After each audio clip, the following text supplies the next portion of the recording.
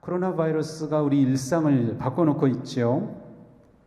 사람을 만나는 것도 굉장히 조심스럽고 어떤 모임에 가기도 어렵고 심지어 장 보러 가기도 어렵습니다. 더군다나 어제 확진된 사람은 부평시장을 다녔다고 하는 얘기를 듣고서 어이구 나 시장 갔었는데 뜨끔하는 분이 있을지도 모르겠어요. 우리의 생각도 바꾸고 우리의 생활하는 이런 패턴까지도 바꿔놓고 있습니다. 오늘 우리가 보듯이 우리 신앙생활까지도 이렇게 바꿔놓고 있는 그런 상황입니다. 우리 생활의 습관도 또 우리 신앙생활까지도 이렇게 바꾸는 만큼 이 코로나의 영향이 아주 큰 것을 알 수 있습니다. 제가 평생 목회하면서 어떻게 마스크 쓴 성도님들 앞에서 설교할 것이라고는 상상도 못했어요. 근데 이것이 지금 상황으로서는 오히려 자연스러운 것이고 또 합리적인 그러한 모습입니다. 사실 이 코로나의 문제는 단지 감염의 문제만은 아니죠. 이로 인해서 또 사업하시는 분들이 너무 큰 어려움을 당하고 있고요. 여러 가지 많은 문제들이 도미노처럼 일어나고 있습니다. 전 사회적으로 불안한 그러한 모습이 점점 팽배해지고 있는 그런 느낌을 받습니다. 이런 때에 오늘 이 예배 자리에 오신 우리 성도님들은 어떤 마음으로 오셨습니까? 혹시 오늘 예배 갈까 말까 하고 고민하셨나요? 네, 고민하셨다면 잘하셨어요. 네, 그렇게 고민해 보셔야 되니까 그렇게 고민했다고 해서 믿음 없다고 말할 수 없어요. 오늘 여기 못 오신 분들이 훨씬 더 많아요.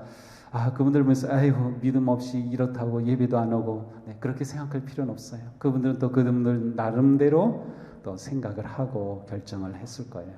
하지만 또 집에서 또 마음으로 기도하면서 예배 자리에 함께 하고 있으리라고 생각을 합니다. 우리가 이렇게 예배 자리에 와서 막상 보니까 저도 개인적으로 그렇고 어제 저녁까지 늦게까지도 좀 여러 가지 많은 일로 인해서 마음이 무겁고 그랬는데 아침에 일부 예배 자리에 쭉 오면서 마음에 주시는 평안함, 하나님께서 함께 하심, 놀라운 은혜를 더 경험했어요. 이곳에 오신 우리 성도님들은 오늘 그러한 특별한 주님의 은혜와 또 주님의 함께하심과 임재하심을 경험하는 그런 복된 자리가 되기를 축복합니다. 우리가 믿음으로 살아간다고 하는 것은 이러한 상황 속에서 어떠한 모습이어야 할까요? 우리가 이러한 답답하고 불편한 시간을 언제까지 견뎌야 할지 다행스럽게 두세 주로 끝날 수 있을지는 모릅니다. 하지만 우리는 이러한 상황 가운데 놓여 있고 또 이런 상황에서 우리는 그리스도인으로서도 어떻게 살아가야 할지를 고민하게 됩니다. 오늘 이러한 일로 인해서 우리 교회학교 예배 드리지 않고 어르신들과 또 장애인들 또 가능하면 가정에서 예배 드리도록 이렇게 안내할 때에 과연 이것이 옳은 것인가 하는 물음을 저는 계속 던졌어요. 목사로서 성도들에게 특별히 우리 교회는 예배의 중요성을 계속 강조하고 또 그러한 신앙생활을 해왔는데 이러한 상황에서 어떻게 하는 것이 정말 지혜롭고 또 바른 일일까? 자칫하면 이것 때문에 예배를 못 드린다는 것이 말이 되냐고 하면서 그렇게 할 수도 있고 또 아니면 완전히 예배를 다 드리지 않고 완전히 폐지할 수도 있는 그러한 상황이죠. 하지만 오늘 이렇게 우리는 예배를 드리면서 우리에게 하나님께서 이 아침 어떤 말씀을 주실까를 귀 기울이게 됩니다. 놀랍게도 성경에 바이러스로 불린 사람이 있습니다. 사도행전 24장 5절에 보니까 이런 말씀이 있어요. 우리가 알아본 결과 이 사람은 몹쓸 바이러스 같은 놈입니다. 온 천하에 있는 모든 유대인들을 선동하고 반란을 일으키는 자이며 나사렛 도당의 괴수입니다. 자, 이 말씀은 더둘로라고 하는 검사가 아나니아라고 하는 대제사장과 함께 사도 바울을 고소하는 내용입니다. 사도 바울을 고소하면서 뭐라고 말하면 이 자는 몹쓸 전염병 같은 자, 옛날 말로 이엠병입니다. 이 사람은 못된 바이러스 감염시키는 자입니다. 라고 고소하고 있어요. 그래서 이 사람을 처단해야 된다고 말하는 거죠. 바울이 어쩌다가 이렇게 몹쓸 전염병, 몹쓸 바이러스를 가진 감염원처럼 불리고 있습니까? 그것은 이 사도 바울이 유대 사회에 엄청난 영향을 미치고 있기 때문입니다. 사실 이후로도 사도 바울은 이방인들에게까지도 엄청난 영향을 미쳤습니다. 마치 바이러스가 감염시켜서 사람들을 질병에 빠지게 하듯이 사도 바울이 많은 사람들에게 그렇게 영향을 미쳤다는 것이죠. 그런데 사도 바울은 나쁜 바이러스가 아니라 좋은 바이러스를 퍼뜨렸어요. 이게 중요합니다. 나쁜 바이러스가 아니라 좋은 바이러스였어요. 사람을 아프게 하고 힘들게 하고 심지어 죽게까지 하는 그러한 나쁜 병이 아닌 사람을 살리는 생명 바이러스, 사람에게 기쁨을 주는 희망 바이러스, 사람을 구원하는 그러한 구원의 바이러스를 전하는 그러한 특별한 사람이었어요.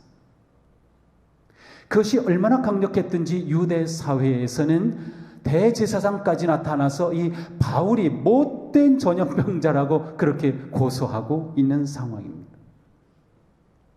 코로나 바이러스는 아주 나쁜 바이러스죠. 제가 그 모양을 보니까 아주 겉으로 보기에는 예쁘게 생겼어요. 코로나 바이러스 이렇게 현미경으로 확대해서 찍은 사진을 보니까 동그란 모양의 이렇게 달려서 코로나라고는 라틴어로 왕관이라고 하는 뜻도 있고요. 태양이라고 하는 뜻도 있어요. 그러니까 태양의 빛이 보이는 저 전자파와 같은 저런 모습을 코로나라고 부릅니다. 왕관도 코로나입니다. 그러니까 이 코로나 바이러스의 모습이 이렇게 비슷하게 생겼기 때문이에요. 그래서 실제로 코로나를 확대해서 그린 그림을 보면 얼뜻 보면 너무도 예뻐요. 근데 이게 사람을 이렇게 죽이기까지 하는 아주 못된 바이러스거든요. 그러니까 겉으로 봐서는 이게 모르는 거예요. 사실 사도 바울은 정말로 제가 사진은 못 봤지만 사도 바울의 초상화를 보면 대머리에다가 머리가 이렇게 찌그러지게 생겼고 길쭉하게 생긴 인류 역사상 가장 못생긴 사람 가운데 한 명이 바울로 알려져 있어요. 겉모양으로 봐서 바울은 정말 못생겼지만 그 속에는 생명의 바이러스를 가지고 있는 사람이었어요. 이 코로나 바이러스는 겉으로 보기에는 예뻐 보이지만 아주 못된 죽이는 바이러스를 가지고 있는 정반대의 모습이죠. 바이러스의 가장 중요한 특징은 누군가에게 영향을 준다는 거예요. 감염시킨다고 보통 말하죠. 그 사람을 접촉하건 그 사람이 같이 숨을 쉬건 음식을 같이 먹건 하면서 감염이 돼요. 이게 바이러스의 특징이에요. 사도 바울이 바이러스를 불린 이유는 그가 가는 곳마다 만나는 사람마다 그렇게 무엇인가를 전해줬어요. 무엇인가 영향을 계속해서 강력하게 미쳤던 것이죠. 바로 사랑의 바이러스로, 희망의 바이러스로, 구원의 바이러스로 그렇게 전해줬어요. 그리고 그 바이러스의 가장 핵에는 바로 예수 그리스도가 계셨어요. 그러니까 사도 바울이 전한 좋은 바이러스는 바로 예수 그리스도였습니다. 예수 그리스도를 만나는 사람마다 전하는 거예요. 예수 그리스도를 만나는 사람마다 소개하는 거죠. 바로 이것이 전도입니다. 이것이 전도예요. 내 안에 예수 그리스도가 계시고 내가 예수 그리스도의 좋은 바이러스에 사로잡혀서 나도 이제 만나는 사람에게 이 좋은 바이러스를 전해주는 겁니다. 우리가 지금 전도 캠페인을 하고 있는데 전도는 좋은 바이러스를 전하는 거예요. 좋은 바이러스, 기쁨, 희망, 생명, 구원의 바이러스를 사람들에게 알려주는 것이죠. 사도 바울은 오늘 본문 18절 바로 앞에 17절에서 누구든지 그리스도 안에 있으면 그는 새로운 피조물입니다 라고 말했어요. 그리스도 안에 있으면 새로운 사람이다. 그리스도가 들어올 때 그 사람은 사람이 다른 존재가 된다는 거죠. 코로나 바이러스가 들어가서 감염되고 확진이 되면 그 사람은 분리됩니다. 격리시키죠. 그 사람은 지금 다른 존재인 거예요. 이전에 건강한 존재가 아닌 다른 존재가 된 거예요. 그처럼 예수 그리스도가 우리 안에 오시고 우리의 주인이 되시면 그 사람은 새로운 피조물이다. 자, 그런데 그 다음 말씀 오늘 본문을 보니까 그렇게 새로운 피조물이 된 사람에게 하나님께서는 다 동일한 임무를 주셨어요. 그것은 바로 화해의 임무다. 화해의 직분이라고도 하죠. 화해의 임무. 화해의 임무는 무엇인가요? 둘 사이가 멀어졌어요. 다투었어요. 싸웠어요. 그 중간에 서서 둘 사이를 서로 사이좋게 만들고 이해하게 만들고 오해를 풀게 만들고 용서하게 해서 다시 친하게 만들어주는 거죠. 그게 화해시키는 거예요. 그 일을 우리 모두에게, 예수 그리스도를 믿고 따른 우리에게 모두에게 임무로 주셨다는 거예요. 바로 이 화해의 임무가 전도입니다.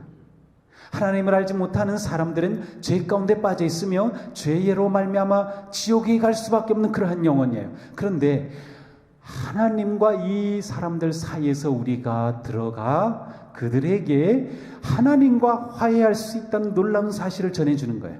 예수 그리스도가 그들을 위한 화해의 구주로 오셨다는 사실을 알려주는 거예요. 예수 그리스도, 그분을 믿으면 하나님과 화해하여 생명을 얻게 되고 천국을 얻게 되고 희망의 삶을 살 수 있다는 것을 전해주는 거죠.